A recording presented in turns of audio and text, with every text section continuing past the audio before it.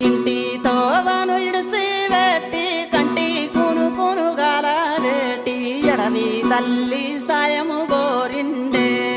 శిలకమ్మ సెంతకు చెరగ సేతులు ఎత్తి మొక్కిండే చిన్నదాని సిన్ని నవ్వు చూడక ఎన్ని గడియాలాయే గండాలన్నీ గుంపై గూడినయే శిలకమ్మ కోసం చిన్నవాడు